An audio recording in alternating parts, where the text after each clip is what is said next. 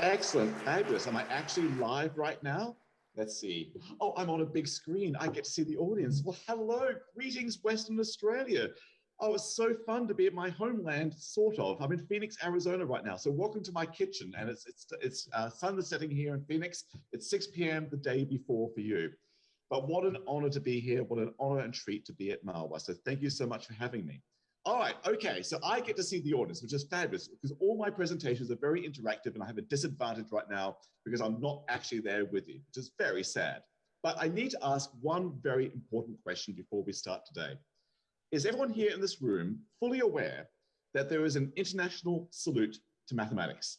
Do you know the international math salute? And I can see your heads, either nod or shake your head. I can see you guys. No, a lot of people are shaking their heads. No, all right. Before we begin, we have to start with the international salute to mathematics. Watch out, it's somewhat strange. You need your arms completely free. So everyone, put down your conference papers, put down your coffee mugs, put down your morning donuts and all the rest. You need to start with as follows. Arms out front. It's a very strange salute. Yes, well done. Then you go right hand over left hand, right over left. Grand. Then you go palm to palm. Right, that's the tricky part, palm to palm. Then the salute gets weird. Wiggle your little fingers. Then you wiggle your thumbs. Then you wiggle your little fingers again. And then when you're ready, just come on back. Whoa, whoa. Oh, I have no audio, so I can't hear what you're saying, but I can see a lot of people are tangled. Should I do it again? I'll do it again. I'll do it sideways. I'll do it from different angles. Let's see if this works. Yeah, I think I've got it on camera. All right. I kid you not. This truly is an international salute to mathematics. If you Google international math salute, you will find this. I'm not making this up. Arms out front. Let's try it again. Right hand over left hand. So I'm not cheating. You see, it really is my right hand over my left hand. Palm to palm. Wiggle the little fingers. Wiggle the thumbs. Wiggle the little fingers again. And then when you're ready, just come on back. What's going on? What's going on? Oh my goodness. Okay, well, I can't tell if you're happy or sad because I can't hear anything. Would you, oh, people are trying it. Okay, you're trying it. All right, that's good. I'll give you a moment to try it again. So some people are interested. That's good to know. I can see that. Would you like some help? You have to do big gestures because I'm seeing the back of your heads. Would you like some help? Yes or no? Yes. Would you like me to give it away?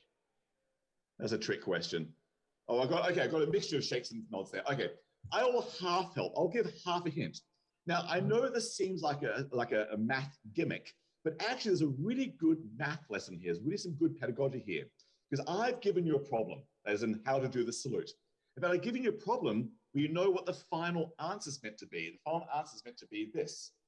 So here's a good strategy in maths and life. And mathematicians do this all the time. It's a very simple strategy. If you know what the answer is meant to be, or you suspect what the answer is meant to be, work backwards. Work backwards. It's such a simple idea that people forget about it. So let's try this. I will half help us out. Let's start with the answer. Can we work backwards to get a feel for this? Okay, so you have to say to yourself, okay, here I am. This is the answer. Where did this come from? Let's reverse engineer that. This must have come from my hands turned over. Okay, so far so good. Now you're gonna ask yourself, where did that come from? Was my fingers clasped? It must have come from my fingers being unclasped. And as soon as you do that, you realize things feel different. I bet it feels really strange. So we start at the end and we got to this funny feeling middle position. So I'm half helping us out because now your job is to start at the beginning and somehow get to that same funny feeling middle position. Can you do it? Does it help? And oh, I saw some people do it. That half a hint helped. That really did help. Okay, great. Since I can't see you, here's the deal we can make.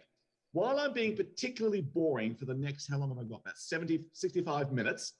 Feel free to secretly practice this under the table, just to amuse yourself while I'm being dull and just keep yourself entertained. And then you just politely clap at the end and say, that was wonderful, James. Does that sound like a deal? Practice the math salute while I'm being boring? Yes, the answer has to be yes. All right, okay. So I'm very sad not to be there. I grew up in Adelaide. I grew up there all my life, did my undergraduate work at the University of Adelaide, and then came to the US in 1988, fully intending to go back to Australia after 4 or 5 years. But then life happens. Here I am, 31 years later, still in the US. I've not been back home. Well, you know, I've not been back home for the last 2 years. It's been very sad. I've not been home. I was meant to be there for this trip. Australia's only just now opened up its international flights, and they're crazy still. There's no way I can get home, I don't think, anytime soon. So I'm really missing Australia. I really miss my meat pies. I do have a jar of Vegemite in my fridge still, so I've got that at least. Tim Tams, I miss Tim Tams too. There should be Tim Tams across the globe.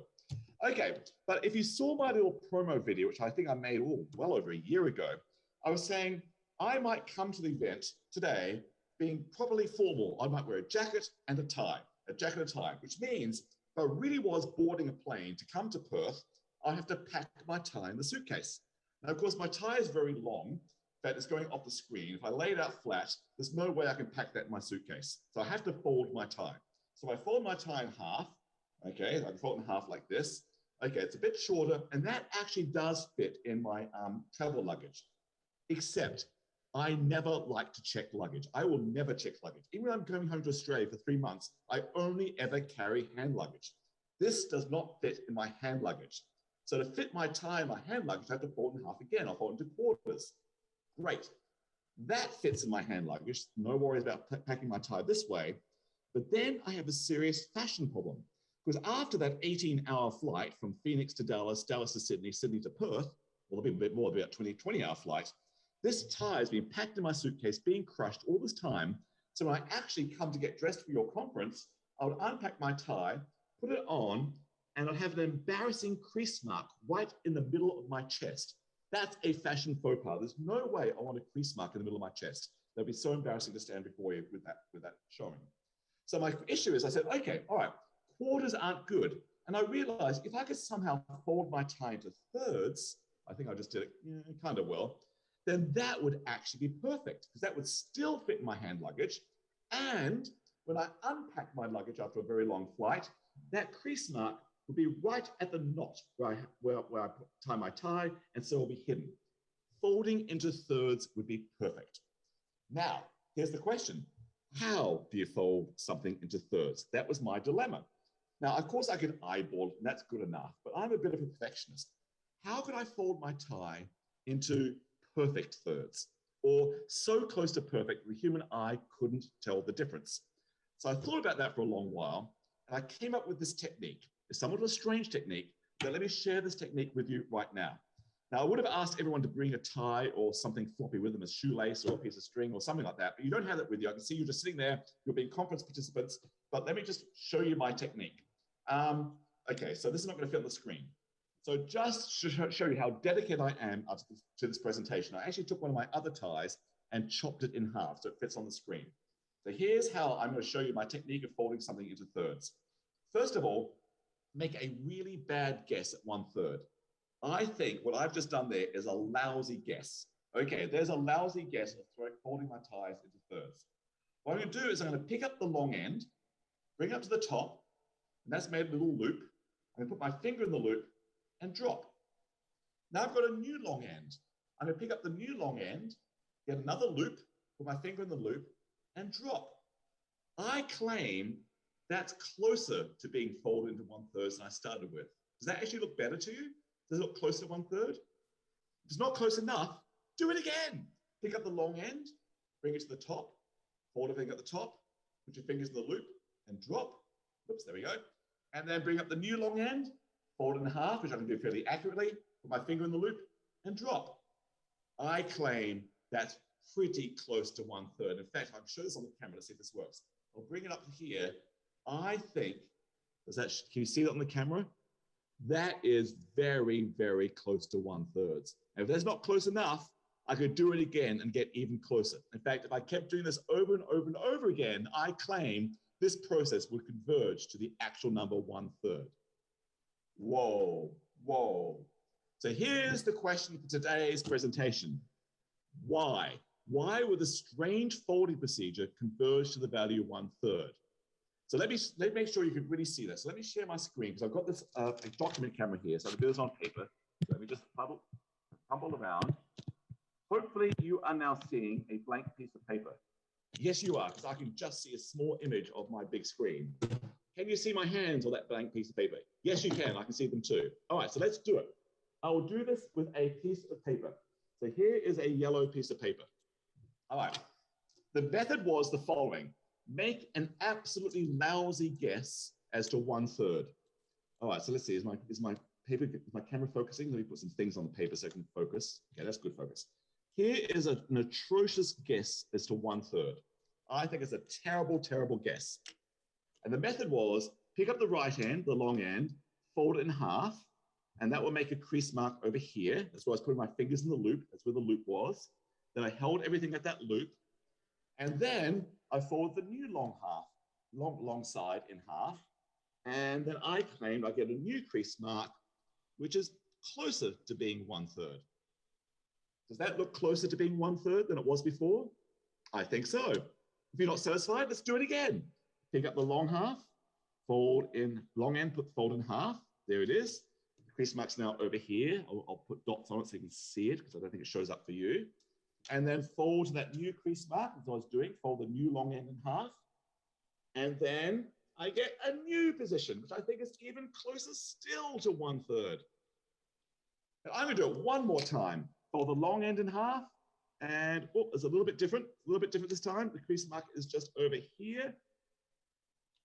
Fold the new long end in half. Zoom, zoom, zoom, zoom, zoom. It's just very tight, very tight. It's just a smidgen over to right there. I claim that's probably so close to 1/3, the human eye probably can't tell the difference. But let me check that. That's where that third mark was. Fold that in half there. Actually, sorry, I'm not cheating. I'm just trying to get it lined up. There it goes. How is that? Can you see that? Is that pretty close to 1/3? How does that look to you? It's pretty impressive. It's pretty impressive. My camera will focus. There, my camera just focused. Great. That is really close to 1/3. And I bet I could do it even better if I did more and more approximations. All right, so here's my first mathematical challenge for the morning. For 9 a.m. for Perth in Western Australia. Why does that work? What's going on? So let me just give it away. I'm in that mood. I'm going to give it away. What's going on? Here's a strip of paper. So what we did, we said we wanted to have a length somewhere along the paper. So there's some length L. Maybe I wanted 1/3. Maybe I want a different number. But here's the thing. When I make a first guess, I want to try to guess a length of L. I know I'm going to be wrong. I'm going to have some error.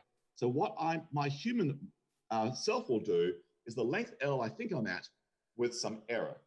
But here's the lovely thing about this folding in half. Whenever I fold in half, if I think I'm at length L, then I'm now going to think I'm at halfway towards L. But what I'm really at is half of this. I've just done L plus error over 2. Then it must be L plus 2 plus the error over 2. So I think I'm at half of L. Okay, I'm wrong, but here's the key thing. Every time I do a fold in half, my error is reduced by a factor of 1/2. I get half the error. I get half the error. Let me say that again, because this is the key idea.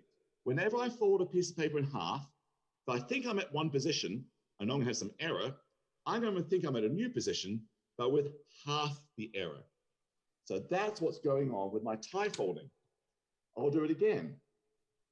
Right now, I think I'm at 1/3. I know I'm wrong. There's some error there. When I fold the long end, I now think I'm at 2/3. That's where I think I am, but I know there's some error. But every time I fold in half, there'll be half the error. When I'm folding half again, I now think I'm back at 1/3. That's what I think 1/3 is now. But I just did another half the error. I did half the error, then half the error. I'm now at 1/3 with half the error, a quarter of the error. If I do it again, I now think I'm at 2/3 with half the error. Half of the error. If I do it again, I now think I'm back at 1/3 with half of the error. That'll be 1/16 the error. Every time I fold in half, the error is reduced by a factor of 2. So now I'm at 1/16 the error of 1/3. That's probably so close the human eye couldn't tell the difference. That's why this tie folding technique is converging to 1/3. Every time I fold in half, the error of where I think I am reduces by a factor of 2. Grand and good. All right, except I lied. I'm going to stop sharing my screen. Because actually, I measured my tie. I measured my chest. I realized the fraction I really want showing at the front of my chest is not 1/3 of the tie. I want 3/7 of the tie. I now want the fraction, let me write it on a big piece of paper for you. 3/7, there it is. I want 3/7 of a tie. Is there some way I could now fold my tie at the 3/7 mark? Or at least so close the human eye couldn't tell the difference. All right, now if we were together, I'd have a whole bunch of ties, I'd hand them out, we'd all try it. But unfortunately, this is a one-way conversation. I guess I'm lecturing today, so I guess you're gonna watch me think my way through that. Let's see if I can figure out a way to do 3/7. All right, so here's the thing. Oh, where's my short tie? Here's my short tie. I'm gonna start off by doing what I did before, make a really bad guess. I bet that's a lousy guess to 3/7 of a fold. All right, okay. All right, so there's a bad guess at 3/7. I guess I'm gonna do the same thing I did before. I'm gonna fold things in half because I know every time I fold things in half, I'm gonna be where I think I am, but with half the error. Now, look at what I've got. I currently think that's 3/7, which means I currently think the rest of it is 4/7. I know I'm wrong, there's an error there. Now, I'm a mathematician. That means I don't like doing hard work. In fact, I'm going to work very hard to avoid doing hard work. That's my definition of a mathematician. Someone who works very hard to avoid hard work.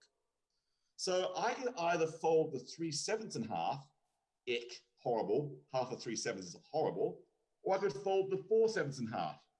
I like half of 4/7. Half of 4/7 means I now think I'm at 2/7. I now think I'm at 2/7 with half the error. That's 2/7. That means I must think that's 5/7.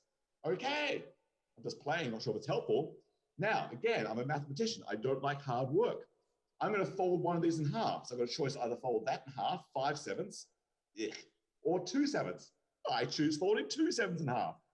Fold the 2/5 in half of that. I now think that's 1/7. I now think that's 1/7 right there, which means I now think the rest of it must be 6/7. Oh, with half the error. I just did 2 folds, so I'm at 6/7, at least I think I am, with half the error. Okay, now I've got 1/7 and 6/7. What number did I want? I forgot what number I wanted. What did I write down? Oh, I want 3/7. So I'm being kind of random here. I've got 1/7 and 6/7. Oh, if I fold the 6/7 in half, that is golden, because that means I now think that's 3/7. And that would be with half the error again. So my first lousy guess, which was 3/7 over here, I did 1 fold, 2 folds, 3 folds. I'm now back at 3/7 with half the error, 1/8 of the error. So however bad my guess was before, I'm now more accurate by a factor of 8. And if I did it again, fold 4/7, bingo. Fold the 2/7, bingo. Fold the 6/7, bingo. Now that was 6 folds, half of half of half of half of half of half. What is that? That's 1/64th the error. That must be 3/7 of my tie with 1/64th the error I started with. Life is golden, life is good. That must be so close the human eye could not tell the difference. Whoa, how am I doing? Is that okay? Do you believe that? Oh, yes, okay, good. I can see the silence that's going on. All right, well, because I've been lying to you again. Because the real fraction I want, when I really actually got out rules and really got out measuring my chest and my tie, was not 1/3. It was not 3/7. It's this fraction. I really wanted the fraction, you're not going to like it, 1937. I want to fold my tie at the 1937 marks. Very natural. Of course, everyone wants to fold their tie at 1937. So what do you think? What do you think? This one is probably going to be miserable. It's going to be miserable. However, we still have, oh, a good 50 minutes left together. Let's do it. Let's do 50 minutes of tie folding. Okay, I'm going to just follow my nose. I'm going to do exactly what I did before. Just see what happens. Start by making a lousy guess at 1937s. There is a truly lousy guess of 1937s. By the way, 1937s, 18 and a half 37s would be halfway, so it should be close to half. So my guess is atrocious. All right, but I'm saying right now, I think that's 1937s, which means I think the other side is, arithmetic, must be 1837s. Did I do that correctly? Hopefully I did. 19 plus 18 adds up to 37 37s. Yes, the full Tyler. All right, which of these shall I have? The 19 or the 18? Please just say the 18. So that's the arithmetic I can do. Just say 18. Okay, I believe you said it. 18, great. 18 and a half gets me to 9 37s. I believe that's 9 37s, which means I believe that's the rest of it. 28 37s. Okay, 9 and 28. I choose to halve the 28. Half of 28 makes 14 37s. 14 37s and, oh golly gee, 23 37s. I choose to divide the 14 37s in half. 14 and a half makes me the 7 37s and 30 37s. Are we having fun yet? Please say no, we're not having fun. 30 and a half, I can do that. It's 15 37s. And the other side must be 22 37s. 22 37s and a half is 11 37s. And 26 37s the other side. Okay, here's a really serious question. I'm not sure if this is going to go anywhere. Am I just going to be doing this forever? Will I ever get back to the number I wanted, which was, I lost where I wrote it down, 1937s. That's what it was, 1937s. Will I ever get back to 1937s? And that's a serious question. And you can try it, and you'll probably get lost in the arithmetic. I certainly got lost in the arithmetic when I first tried it, so I wrote it down. I had a feeling I was going to be lecturing tonight rather than having a participation, so I actually wrote it all out just before I came on stage. Let me share my screen again. Share. Here it goes. I actually wrote it all out so I could keep track of all the arithmetic, and it was far from fun. I did not enjoy myself. I started with, here it is. I started with 1937s, with the other side being 1837s, as I said. Then I halved the 18, I remember doing that, and got to 937s, and the other side was 2837s. Then I halved the 28, got to 14. I remember doing that, the other side was 23. I remember halving the 14 to get to 7, I did that. And then I just kept going, halving the 30, halving the 22, on and on and on. I started getting worried about here because I thought I'm just in this crazy, crazy sequence of numbers that will never actually end anywhere until I saw 1937s again. Whoa, I did, by luck, get back to 1937s. And it took me, how many folds is that?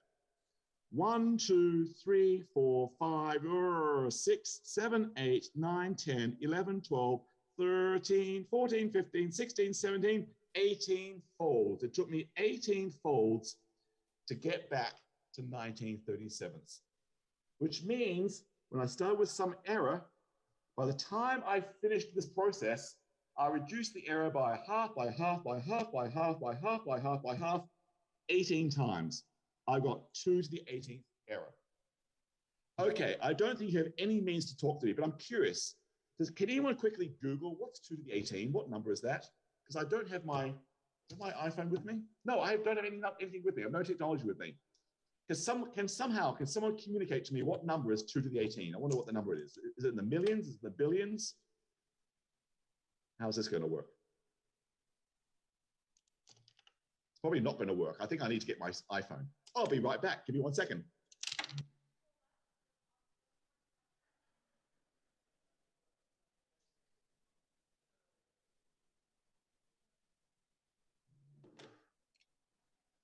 Okay, how's that for a presenter to run off stage and just go to his kitchen? All right, great. All right, so let's see if we make this work.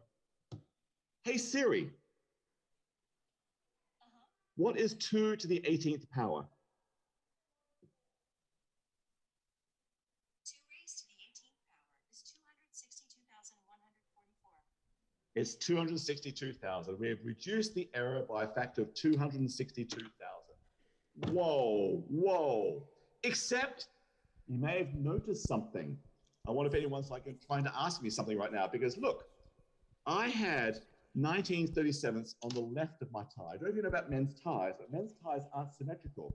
There's a big flat triangle end that shows to the world, and a little thin triangle end that's meant to be hidden behind. So actually, I want the left side to be 1937s, not the right side. And look what happened here. Yes, I started with 1937s on the left, but I ended with 1937s on the right side, the wrong side that I wanted. I don't want 1937s for that part. I kind of failed. Bother, oh no. What can I do? Can I ever get back to 1937s on the left side? And since I can't hear you and I can't see except for the back of your heads, I'm assuming you're thinking, James, if you just do all this work again, be exactly the same numbers, but then everything will be flipped. I bet if I did another 18 folds, you will be back. How do I draw this? Do another 18 folds, you'll be back to 1937s on the left and 1837s on the right, in which case I don't actually want 18 folds. I want double 18 folds. I want 36 folds, in which case I will have reduced the area by a factor of 2 to the 36. What number is that? I need to know. Okay, so here goes. Hey Siri, what is 2 to the 36th power? 2 raised to the 36th power is 68,719,476,736. Well, 68 billionth the error. I have reduced the error of folding my tie at 1937th marks by a factor of 68 billion. Whoa. By the way, I've been so out of my country for so long. Does Siri exist in Australia? Is that on all the iPhones in Australia, or is it some other name? Just so you know, I set my Siri in America to have an Australian accent. I don't know if you noticed that was an Australian accent, not an American accent. Okay, all right. There we go, 68 billion. That is astounding. But here's the amazing thing, because now my curiosity has peaked.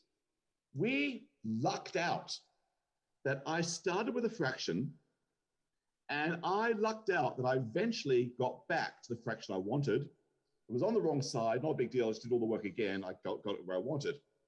Was that just luck? Was that just coincidence? If I start with a fraction, am I sure to go back to the fraction I started with? That's a deep question, because here's what could go wrong. Let me draw you a picture of what could go wrong. I could start with a fraction. I'll just write a dot for a fraction. I do some folding. I do all these moves. I'll do like different fractions. And I'm hoping I'll go back to start. Now, here's the thing. There are only a certain number of fractions. If I'm dealing with 37ths, there are only actually 36 37ths I can play with. So I know I have to start repeating fractions. What would be bad if I didn't actually go back to start, but started repeating part way along and end up a loop like this and never see 1937ths again. Here's 1937ths, 1837ths. It's possible I could be doing all these 37ths and just having to start falling to cycle before seeing 1937ths again. Now, it didn't actually happen for us, but I didn't know. This was luck that it didn't happen. So now I have a serious question. Will my tie folding technique always work? If I want 1/3, we did it, it worked. What if I wanted 2/5? Will I go back to 2/5 if I start with it? If I wanted 17/39, will I go back to 17/39 if I start with it? Good question. So my question is, could this ever happen? Could this ever happen? Because if it does, my tie folding technique, oh, you can't read that. It's all blurry. Orange doesn't work very well on document camera. Let's get some things to focus on. All right, could it ever happen? There we go. Could it ever happen that I might go back to a point like that and not go back to start? So that is a deep question. And just to make it a little more concrete, suppose this point's like 11/37ths and 26/37ths. Could it be that when I get to 11/37ths and 26/37ths, I'll end up going back to that over and over again and never see my start again? And the answer is no, this will never happen. Because for this to happen, it means 11/37ths, we've had to have two parents. It must have come from something just before it over there and something different just before it over there. It must have two different parents. Uh-oh, my camera's being fussy. It's being a naughty camera. Let's keep focused, All right. So is it possible for something like this to have two parents? If I said to you, where could this fraction have come from? Well, it came from folding. So maybe something got folded in the left half to give me 11/37. Maybe it came from 22/37 on the left, which means the other side was arithmetic, 15/37. So either could have come from folding 22/37 in half to get 11/37, or it came from folding something else in half to get 26/37. I guess it was 52/37. And problem. 52/37 is longer than my tie. My tie is 1 unit long. I can't put anything there. I will never have two different parents. If you give me some number here, it will only have one parent. It's very clear where it must come from. One piece got halved to something else. 11/37 is small enough to be 22/37, but the other half was too big. 52/37 is too big.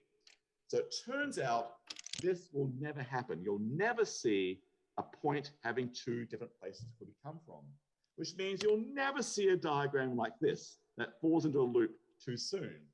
And the only way it can't fall into a loop too soon is if it actually makes a loop back to start. This tie folding technique will never let you down. It will never let you down. You're guaranteed whatever fraction you start with, play the game, you'll end up back where you started eventually. Whoa, that's deep. This tie folding technique will never let you down. But you may have noticed something sneaky about me. The numbers I chose were 1/3 was the first number I started with, and 3/7, and then I chose, 19/37. Oh, this camera. Uh-oh, don't disobey at this hour of night. All right, focus. Come on, focus. It's not going to focus. All right, there we go. Have you noticed I'm being a wee bit sneaky? I'm choosing denominators that are very suspicious. What do you notice about the denominators 3, 7, and 37? And since you can't talk to me, I'm going to guess what you're thinking. I bet some people are thinking they're all odd numbers. James, why did you not choose an even denominator? Well, here's the reason I didn't choose an even denominator. If I chose eights, if I did like a pair of eights, then since I don't like hard work, I could have been in a problem. I could have had 3 8s and 5 8s. I could have an odd numerator and an odd numerator. They're hard to halve. If I ever have an even denominator, I could have 2 odd numerators adding up to 8 or whatever the number is. That would be tricky for me to do. You know I don't like halving odd numbers.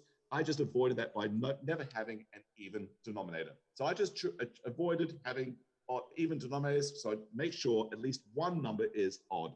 Like 9 and 9, if they're my denominators, I know if one number is even, like 2, the other one's sure to be odd. Or if one is odd, I'm sure the other one's going to be even, which means, if I've got an odd denominator, I am sure to have something I can halve easily. Okay, so I just chose odd denominators to make sure there's going to be at least one even numerator. But then again, more than that, 3, 7, 37 are prime numbers. And there's a reason I avoided numbers like 9. For example, if you ask me to do, James, please play with 3 9ths and 6 9ths. And I say to you, but I already have. 3 9ths and 6 9ths is really the 1/3, 2/3 example I started with today. I've already done that. So if I have, composite. If I have composite numbers, so the reason I hesitate there, I never know which country I'm in. In Australia, they're composite numbers. In America, they're composite numbers. Did I get that right? Is it composite for Australia? Is that what I learned growing up in Adelaide? Composite numbers? I think it is. I think it's the Australian way of saying it.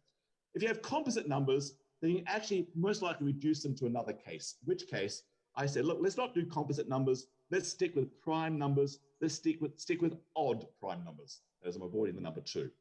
Just to make my life easier, so I'm not repeating cases I've already done, so I make sure there's always an even numerator. Let's stick with primes. So I'm going to stick with primes. Then, me playing with this is just me playing, notice something curious about these primes. Let me start with 7. Let me go with I'll make it a simple one. 1/7 and say 6 7ths. If I play this folding game, so the left half is 1/7 long, the right half is 6 7ths long, I'm going to fold the easiest one I can, the even numerator, sorry. Make that 3 sevenths on the right, which means it must be 4 sevenths on the left. And I'm going to fold the easy one again. The 4 sevenths, I'm going to fold that in half to 2 sevenths, and the other one must be 5 sevenths. And I'm going to fold the easy one again in half. The 2 sevenths gives me 1 seventh and 6 sevenths. I go back to start. Here's the thing about the sevenths. Every possible seventh just appeared. I want the fraction 1 seventh. There it is. I want the fraction 2 sevenths. There it is. There's 3 sevenths, 4 sevenths, 5 sevenths, 6 sevenths. Every single seventh appeared. Whoops. Okay. Oh, so sorry about my camera. I don't know why it's gone fussy. All sevenths appear. So if I want to get any seventh I want, I can just do the cycle. Every possible seventh will appear. Thirds are good. I start with 1/3. The other side must be 2/3. And I fold that in half, 1/3 and 2/3. I'm kind of back to where I start. All the thirds appear. 1/3 and 2/3 did appear. All thirds appear. Let me try fifths. I haven't done fifths today. Let's try 1/5 and 4/5. Does every possible fifth appear? Well, the other fifths I need would be 2/5 and 3/5. If I look at it, I get them right away. Fold the 4/5 in half, gives me 2/5. The other side must be 3/5. Do it again. I'll get 1/5 on the right, and I get must be 4/5 on the left, and I'm back to where I started, essentially. Yes, every possible fifth appears. All the fifths appear. In fact, let's try an awkward one. Let's do the 11ths. Do all the 11ths appear? If I start with, say, 1/11 and 12/11ths, let me do all the folding. Does every possible 11th appear? Fold this 12 in half, gives me 6/11ths, means the other side must be 5/11ths. Oh, this is not fun, I'm so sorry. Okay, which one's the easiest to fold in half? The 6/11ths. I'm gonna fold that in half, it's 3/11ths, there must be 8/11ths. Now I'm gonna fold the 8/11ths in half, that's 4/11ths and 7/11ths. Hi, James. Now it's Paula from Perth. How are you? G'day. Hi, James. Hello. I'm the CEO of the Maths Association, and there's lots of groans in the room because Over what? 1/11th and 12/11ths is a bit of a problem. Well, I'm glad you hired a professional mathematician because, you can also do 10/11ths, by the way. Would that be better? Well, I'm not ashamed to be human. In fact, we should be fabulously human with our students. I'm human all the time. In fact, when I make my videos, I will leave the mistakes I do in them. I'll make little corrections and subtitles because math is a human experience. Thank you. It should be 1/11th and 10/11th. All right, let's see if all the 11ths appear. Oh, so you can talk to me, I just learned. Oh, so I have to do egregious errors and I can get some feedback. All right, more egregious errors are about to come then, so I can have some interaction with my audience today. All right, well, camera's being bad too. Oh, I'm being bad, camera's being bad. Groans, groans, groans. I'm groaning on this end. All right, 1/11th and 10/11ths. Fold the 10 in half, 5/11ths. Must be 6/11ths. Fold the 6 in half, 3/11ths and 8/11ths. Fold the 8 in half, 4/11ths. Hopefully I'm doing this correctly, 7/11ths. Fold the 4 in half, that goes to 2/11ths and 9/11ths. Fold the 2 in half, 1/11th and 10/11ths. I'm back to where I was, 1 and 10. Did every 11th appear? 1/11th, 2/11ths, 3/11ths, 4/11ths? Yes, 4/11ths. 5, 6, 7, 8, 8/11ths, yes. 9/11ths, yes, and 10/11ths. Whoa. All right. It appears that every possible fraction you want to appear does appear. In fact, let me take the horrible example I did, whatever it was. Here's the horrible example. That was 37ths. Did every 37th appear? Okay, let's look. Is there a 1/37th somewhere? Yes, there it is. Is there a 2/37th somewhere? Yes. Is there a 3/37th somewhere? Uh-oh. This is like Spot Wally. I think it was Wally when I grew up in Australia, but I think it's Waldo in America. Where's Waldo? Where's Wally? 3/37ths. There it is. I found it. 4/37ths. Yes, over here. 5/37ths. Uh-oh. Is 5/37ths somewhere? Yes. 6/37ths, 7/37ths. You can check. Every possible 37th does appear. So you think, okay, is that obviously true? 3, 5, 11, 7, 37. Every possible fraction appears. And you're feeling pretty good until you try the prime number 17. 17. Let's try 17. 1/17. Okay, I've got to get this right. Got to get this right. Please be 16/17. Is that right? Yeah, I know I'm right. I'm nervous now about being wrong. All right, yep, 1/17 and 16/17. Let's fold these in half. Here's a tie. Fold the 16 in half, 8/17 and 9/17. Fold the 8 in half, 4/17 and 13/17. Fold the, oh my camera, there we go. Fold the 4 in half, 2/17 and 15/17. Fold the 2 in half, 1/17 and 16/17, which are the same numbers as the beginning. I see 1/17. I see 2/17.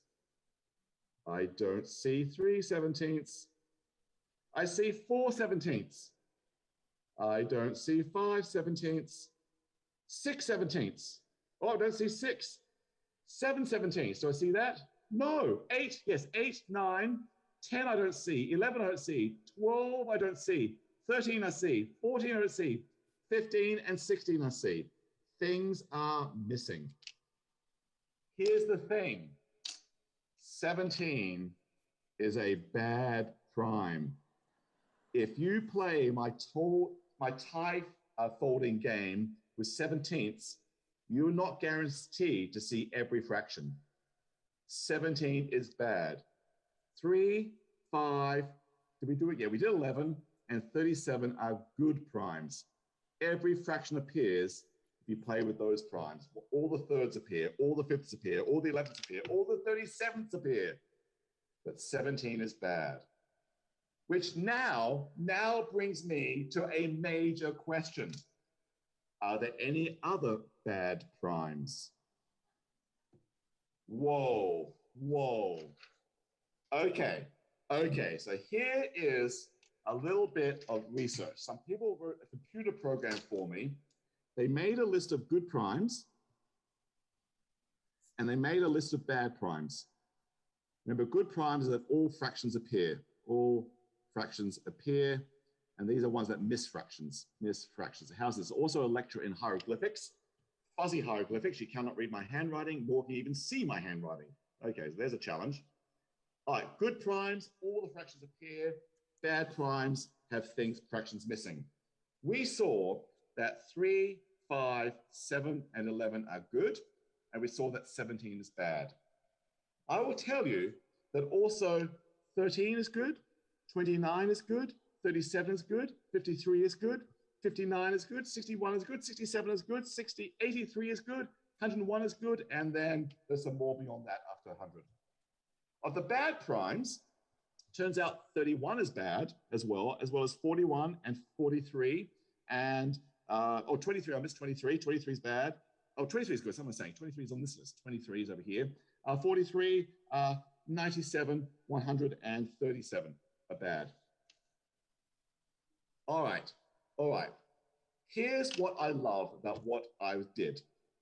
I took a very basic question about folding ties. I was just doing something quirky, just something fun, something irrelevant, didn't feel like it was very deep, just fold my tie into thirds or sevenths or something. But now, when I start thinking about the maths I was encountering, I realized there are 2 types of primes.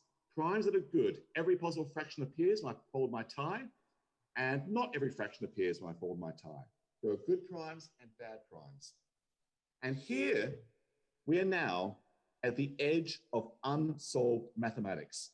No one on this planet knows if this ... goes on forever. Goes on forever? Are there infinitely many good primes? No one knows. Does this ... go on forever? Goes on forever? Are there infinitely many bad primes? No one knows. Now, there are infinitely many prime numbers in total, so at least one of these lists is infinite. I mean, there's an infinite number of prime numbers, so it better be either this is infinite, or that's infinite, or both, but no one knows which of these lists is infinite, or maybe both of them. An unsolved problem. Unsolved. It's about 100 years old. It's a 100-year-old problem. No one for 100 years has been able to solve the question, are there infinitely many good primes, or are there infinitely many bad primes? Now, just so if you want to look it up, it's known as Tanton's conjecture. This fellow back in the early 1900s, Tanton's conjecture. Of course, he was not talking about folding ties. It turns out folding ties is all about putting things in half. So what we're really doing is doing lots of halving. So we're working with the fraction 1/2. We're looking at how the fraction 1/2, how the number 2, the halving, relates to prime numbers. So he was wondering, how do powers of 2, the powers of the even prime, interact with the odd primes? And he came up with a question they couldn't answer. And it turns out his question is exactly equivalent to this question. So I love mathematics. You know, you heard, I fell in love with mathematics in my university days. I went all the way with it, got my PhD at Princeton of all places in mathematics. And then I left the university world to become a high school teacher, work with K-12 mathematics, because all mathematics is profoundly deep. I took a little practice game of folding fractions. You can do this to young kids. Let's practice folding string and count the fractions along the way. And that elementary idea, there's no such thing as elementary math, by the way. Elementary means, I don't know what it means, because it turned out to be very deep. It leads to an unsolved problem. So here is your optional homework over morning tea and afternoon tea today. Please play with this question about good and bad primes and establish either there are infinitely many good primes or establish there are infinitely bad primes. One of those is true. Tell me which one. Let me know. Give me an email this evening, and you will have world fame tomorrow if you can solve this problem just from folding ties. This is what I love about mathematics. All levels of mathematics are a profound portal for profound mathematics. Whoa, whoa, whoa. Okay, so on that profound note, let me just go back a notch. Let me slow this down a bit. Let me go back to sevenths. I was doing ties. And I've got a whole continuum of values. I could fold anywhere along this continuum. It's like a number line. It's all the real numbers along my tie. I could fold along a whole continuum. I'm wondering if this process also works not for a continuum of values, but for a discrete number of values. What do I mean by that? Here are some lollies. I can say lollies in Australia. They're not lollies, they're actually pebbles. Here are some pebbles. I don't actually know how many pebbles there are. I know it's about 50, but I don't actually know the number. I don't know the real number here. But imagine these are candies, these are sweets, these are lollies. Okay, and suppose I've got some children, I need to share these lollies. In fact, let me do this. Suppose I had to distribute out 1/7 of the lollies to a child and do the 6/7 later. Can I split this pile into 1/7 and 6/7? Now the answer is, of course I can. I can actually count them and then just do it and then hand them out. But suppose I want to avoid counting. Can I do my tie folding technique on this and just see if I can get an approximation so close that no one can tell the difference? Let's try it. So it's like a tie. I'm going to start by making a bad guess at 1/7. I think that would be a lousy guess at 1/7. Would you agree I made an atrocious guess at 1/7? Please just say yes. Yes, that's atrocious. All right, so let's mimic tie folding. I've got a ruler here. I'm going to be even more approximate. I'm going to just eyeball splitting this big pile, this long end of the tie, so this big pile in half. I have no idea what it is. I'm just eyeballing. I'm probably wrong. That means, okay, I've halved the long end of my tie. There's half the big pile. So now that means I'm thinking this must be 3/7 on the right and must be 4/7 on the left. Okay, I think that's 4/7 on the left. So let me now do the same thing again. Let me just halve that, halve the 2/7 end. What's it? That's about half. That's good enough. Split in half. I'm going to split my 4/7 in half. So now I believe I've got 2/7 on the left. And I believe I'm doing 5/7 on the right. So I'm just making a guess. Terrible eyeballing. And now I'm going to do it again. I'm going to split this in half. I know roughly something like that would be good. I'll take 1/2 over here. Bingo. I thought that was 2/7. I've now halved it. So now I think, oh, now I think that's 1/7. So now I think that's 1/7. So I literally just copied my tie folding technique, but now piles. Split the even pile in half every time. So let's see if I'm right. Now, again, I'm honest. I don't actually know how many pebbles there are. There's about 50. I don't know what the number is, but it looks like I'm saying 1/7 of the pile is 7. 7 pebbles is 1/7. If I'm correct, how many pebbles should be on this side? If 7 is really 1/7 of the pile, that means that should be 6/7. If 1/7 is 7, 6/7, there should be 42 here. I think that's what it should be. oh, I can't see that, I'm off the screen. Hang on, 42.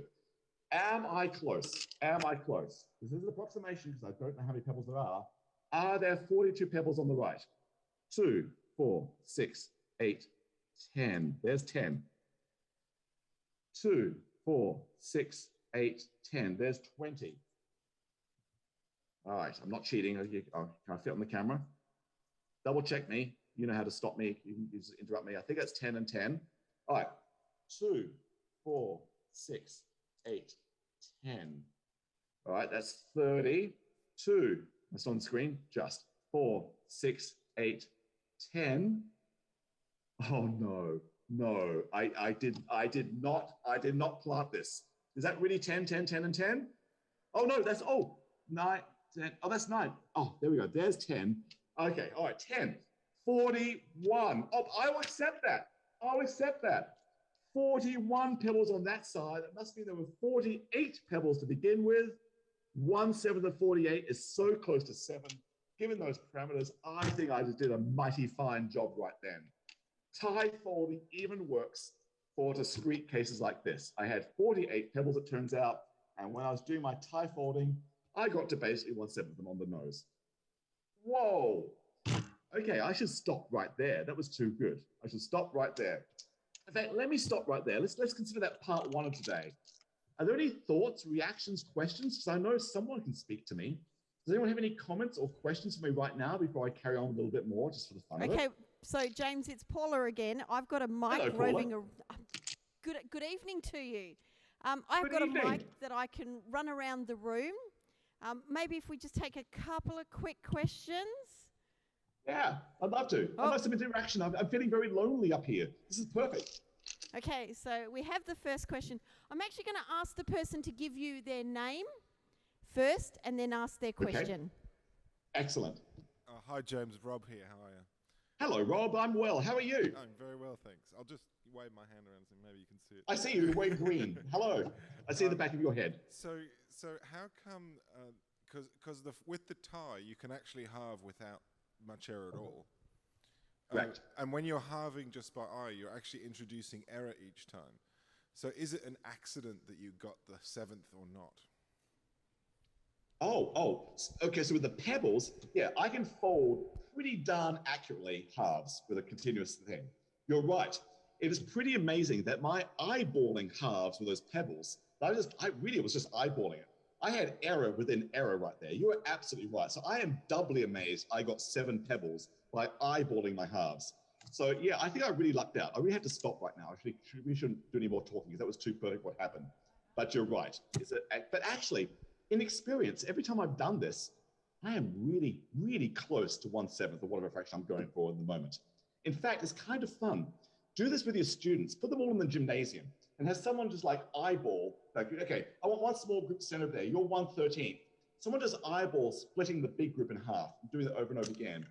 You'll be amazed how accurate this eyeballing technique is. It's actually mind-blowing. And yes, you're right, Rob, there is error within error now, and yet somehow it still seems to work. Whoa. Do we have another question?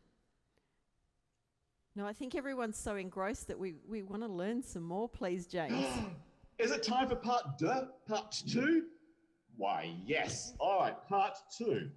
All right, let's see. So I have about 20 minutes, it seems. All right, 20 minutes or so. I'm going to share my camera again, got rid of my pebbles. Okay, let's see. Share the screen, do all the fumble that one normally does on Zoom. After the last year and a half, we're all very familiar with fumbles. All right, okay. So let me just be a little more mathematical this time. So I believe everyone's very familiar with decimals. Decimals. For example, if I write 0.435, I think we're very aware that we're thinking about tenths and hundredths and thousandths. That is, if I draw a little place value chart, I don't know how you do this in the curriculum, but I can imagine I'm going to place for the ones, and I'm going to place for the tenths, and a hundredths, and a thousandths. The thousandths, there we go. 0.435 is 4 of those, and 3 of those, and 5 of those. It's really 4 tenths plus 3 hundredths plus 5 thousandths. Welcome to decimal. Except my camera is being naughty again. Put some black things on it. Focus, camera. Focus, focus, focus. All right. By the way, decimal's a very good name because deci is Latin, I believe, for 10. For example, how many items in a decade? How many years in a decade? It's 10. What's the 10th month of the year? Why, it's December. December is the 10th month of the year. Yeah, there better be some groans now. Did people groan? Have you ever noticed that about the months? October, oct, means 8, like an octopus. October should be the 8th month of the year. Nov means 9. Nova means 9, should be the 9th. November should be the 9th month of the year. December, deci means 10, 10th month of the year. Sept means 7. September should be the 7th month of the year. It used to be the case there were 10 months in the year, in which case September, October, November, December really were the 7th, 8th, 9th, and 10th. Now, lots of things happen to the calendar. For example, March used to be the first month of the year, but they switched around to January, and then the whole Gregorian thing switched around things some more. And 2 Roman emperors wanted to add extra months to the year, Julius and Augustus, and that bumped everything up by 2. So September should be the 7th month of the year. September should be the 7th month of the year. It's not. It's been bumped by 2 to the 9th. October should be the 8th month of the year. It's been bumped by 2 to the 10th. November should be the 9th month of the year, but it's been bumped by 2 to the 11th. And December should be the 10th month of the year, but it's been bumped by 2 to the, I can't do 12 months. All right, okay, so there's decimals. I've been doing a lot of halving. So I think I don't want to do decimals in the math I want to do next. I think more natural for halving is what I'm going to call bimals. Bimals. I guess that means decimals and base 2. For example, I write 0.1011. What I really mean by that is a little place value chart. Instead of doing things focused on tenths and hundredths and so forth, I'm going to focus on a half. A half squared is a quarter, a half cubed is an eighth, a half to the 4th and 16th powers, and so on. So when I write 0.1011, I really mean 1/2 and 1/8 and 1/16. No 1/4 there. So what is that? That's really 16ths. It's 8 16ths plus 2 16ths plus 1 16th. That's really 13 16ths. That's really 13 16ths. Beautiful, beautiful, beautiful. And in binary, you won't see the number 2. If I had, say, 2 items here, if I had 2 16ths, say, no, don't be silly, because 2 16ths is really the same as none of those and 1 of those. 2 16ths is really the same as 1/8. So you really will only see 1s and 0s in binary. So there's a bimal, the equivalent of a decimal in base 2. Grand and good. So the reason why I love bimals is look at this. Let's look at our paper folding game. So here's the thing. I could be at some position X. I'll call that position X. Now, Rob was very clear. He said you could fold things in half fairly accurately. So if I start with the number X, and if I say do a left fold, I mean I'll take the left end and fold to it. I could do this fairly accurately. So my camera is being so naughty. Naughty, naughty, naughty. Fold. There, focus, focus, focus. There we go. If I do a left fold, I'll pick up the left end to where I think X is. Come on, camera. Oh, heavens. I apologize. There we go. Rob said I could fold fairly accurately. That means I see that, oh, that really would be half of X. A left fold turns the number X to half of X. And a right fold, if I did a right fold instead, it's a little more confusing. Okay, let's see and figure out the right fold. What is it going to do to a number X? So here's a right fold. That's do a right fold. I believe the left side is X units long, which means I believe the right side is the rest of it, 1 minus X units long, assuming the strip is 1 unit long again. In which case, if I do a right fold, I'll be here. I'll get a crease mark over here. And where is that crease mark? Well, it's X units along. It's X units along plus half of that length, plus 1 minus X, half of that long. So it's that position X plus 1 minus X over 2. That's awkward. What is that? That's X plus 1 over 2 minus X over 2. Oh, that's X take away half of X is half of X and a half. It's actually position half plus half of X. So that's what my left and right folding were doing mathematically. I'm being much more mathematical in the second part of today's session. So there is the mathematics, if I was writing algebra, what folding my tie in half actually does. If I'm at a position X, if I do a left fold, I'm now going to be at position half of X. If I do a right fold, I'll be at position half plus half of X. But here's the lovely thing. This is beautiful in binary. This is beautiful in a bimal. For example, let me just copy this again. I'll just copy this over here. x goes to a left fold, x over 2, and under a right fold goes to a half plus x over 2. So let's see what that looks like in binary. If I write x in binary, x is 0.a, b, c, and so on. That means x is really a halves plus b quarters plus c eighths and so on. What's x over 2? Well, x over 2 would be half of that. It would be instead of a over 2, now be a over 4. Instead of b over 4, now be b over 8. And instead of c over 8, now be c over 16 and so on, 16 and so on. Which is point no halves, a quarters, b eighths, c sixteenths, and so on. It's actually put in a 0.0 a, b, c. I put in a 0, which there wasn't one before, or 0.0, I can do that, 0.0. So actually in binary, a left fold inserts a 0 in my binomial expansion. And what's a right fold do? Well, a right fold does, it will take the number x and add a half. So I'll get half plus half of x. So I'll get a half plus half of x, which is already there, a over 4 plus b over 8 plus c over 16 and so on. Oh, I get point 1/2 a, b, c. It inserts a 1.1 a, b, c. That is mighty nice. So if I start with a number in binary, point a, b, c, whatever, a left fold turns into 0.0 a, b, c. And a right fold turns into 0.1 a, b, c. Insert a 0, insert a 1. That is lovely. So what's so exciting about that? Suppose I really do want to fold right at 13/16. And we just saw moments ago in binary, it's 0.1011. I think it's what I did earlier on. I now have exactly the instructions on how to fold it. Start at point nothing, 0 point nothing. First of all, insert a 1. Let's insert a 1. Setting a 1 as a right fold, make it 0.1. Oh my goodness, camera. You were focused just moments ago. Okay, do a right fold, insert a 1. I'm going to do another right fold and insert another 1, make it 0.11. Now I'm going to insert a 0. That would be a left fold, 0.011. And then I'm going to insert another 1, do a right fold, 0.1011. Oh, that's my 13/16. It's given me instructions how to fold it. I'm going to actually do it. I'm going to do it right here with this orange strip of paper still at my command. Okay, we're starting at 0. I'm over here where my left finger is. Do a right fold to where I am. Bingo, that gives me 0.1. So now I'm there. I believe 0.1 is a half, so that's correct. I am at the correct spot. All right, I'm now currently there.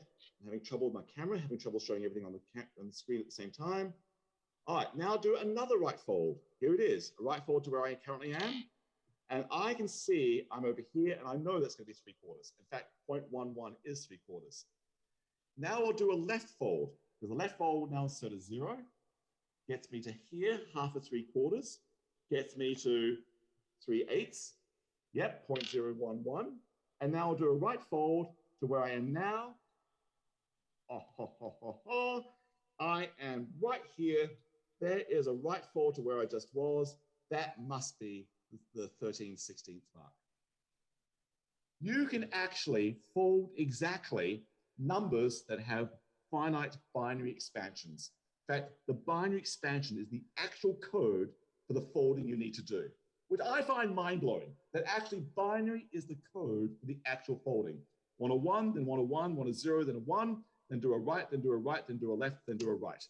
And that will get you to where you want to be. Crazy, crazy schmazy. But here's the thing that blows my mind. Because look at our tie folding. The tie folding. I started with, remember today, make a lousy approximation to 1/3. Lousy approximation 1/3. So here's my lousy approximation to 1/3. X is point A, B, C, something like that. Really lousy approximation. Then I said, do a right fold. That's why the very first thing I did today. That is, do a right fold is insert a 1. Make that 0.1 A, B, C. And then you'll be over here. Then do a left fold. A left fold is insert a 0, because now then I'll be at 0.01 ABC. And now I claim I'm closer to 1/3 than I started with. To get a better approximation, do it again. Do a right fold, insert a 1, 0.101 ABC. And then do a left fold, insert a 0, 0.0101 ABC. And to get even better approximation, do it again. Do a right fold and a left fold, get 0.010101 ABC. And do it again, get a better approximation, keep doing it forever. You'll be going to 0.01010101, inserting all these 0 1s forever. And we've claimed that's going to be 1/3. Whoa, whoa. Is this the binary expansion of the number 1/3? Is that possible? Is 1/3 0.01010101 in binary? Okay, that's now freaky. This is freaky. I'm going fast, but it's freaky. In fact, here's my question. I've just landed myself this question. Is 0.01010101 in binary equal to 1/3? Okay, what is this? This is really no halves, but it's a quarter. No 8ths plus a 16th. No 32ths plus a 64th. No 1/28 plus a 256, and so 1/256, and so on. Is this equal to 1/3? That is, if I do a quarter and a quarter squared and a quarter cubed and a quarter to the 4th power, is that 1/3? That's weird. How can all these things with quarters end up being a third? And here is a beautiful, beautiful, stunning picture. I'm going to end off today with this stunning picture.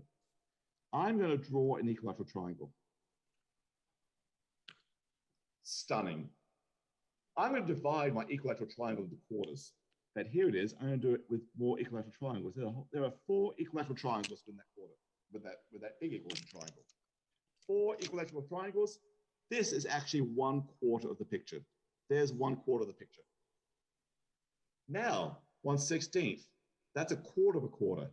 Oh, I'll do a quarter of this quarter up here and color that in. So let's make it look really neat. I'll color all that in. Beautiful. Great. I've now added 1/16 shaded to my picture. Oh, 1/64. There's a quarter of a quarter of a quarter. I'll do a quarter of quarter of this quarter and shade that little bit in there. There's 1/64. And I'll do it again. Quarter of a quarter of a quarter of a quarter. Is that little bit there? Get 1/56. And then do a quarter of a quarter of a quarter of a quarter, quarter, quarter, quarter.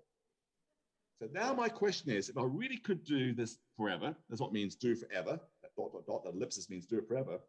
Now my question is, how much of this picture is shaded? And you look at this picture and say, oh, well, James, 1/3 of the bottom row is shaded, and 1/3 of the next row up is shaded, and 1/3 of the next row up is shaded. In fact, 1/3 of every single row is shaded. 1/3 of the entire picture is shaded. Therefore, the amount that's shaded is 1/3. Shading a quarter, then shading a 16th, then shading a 64, then shading a 256, and doing this forever will indeed shade 1/3 of the picture. It's not a question, it's now a fact. Yes, 0.01010101 forever in binary is 1/3. So, ladies and gentlemen, here's my challenge for, I've already given you 2 challenges. Here's my challenge for dinner time tonight. 3/7. We did that by, if you remember, doing a right fold. Then we did another right fold. Then we did a left fold. We kept doing right fold, left fold. That's how we did 3/7. So my question to you is, what does tie folding tell me for the binary expansion of 3/7? What is 3/7 in binary? And I bet, probably take some noodling, you could actually answer that question by thinking about tie folding. That actually you can start writing really weird fractions in binary now, just by thinking about the folding motions we did to get to these weird fractions. Crazy, crazy schmazy beyond belief. So I think my time is very much up. I'm now almost 1/4 past the hour now. I'm going to stop sharing my screen at this point. We have time for questions. Let's stop there. Are there any other questions about anything, about math, about life, about, I don't know, sharing recipes? I could do it all. Hi, James. We've got one question for you. Fabulous. Hello, James. My name is Hello. Steve. Hi. Hello, Steve. Just to go back to the good primes and bad primes. Oh, yeah.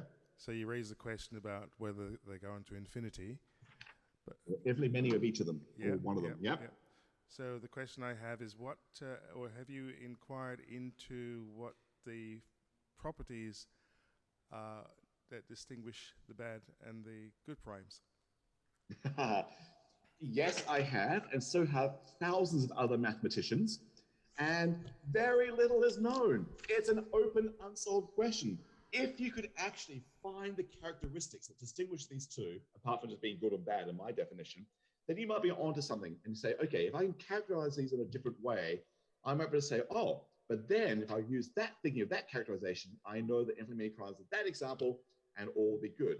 For example, I did this with some high schoolers very recently, and high schoolers noticed that any prime that happens to be one more than a power of 2, like 17 is a prime number that's one more than a power of 2, has to be bad.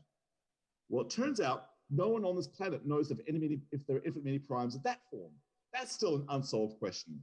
Are there infinite many primes that have one more than a power of 2? No one knows. This is insane.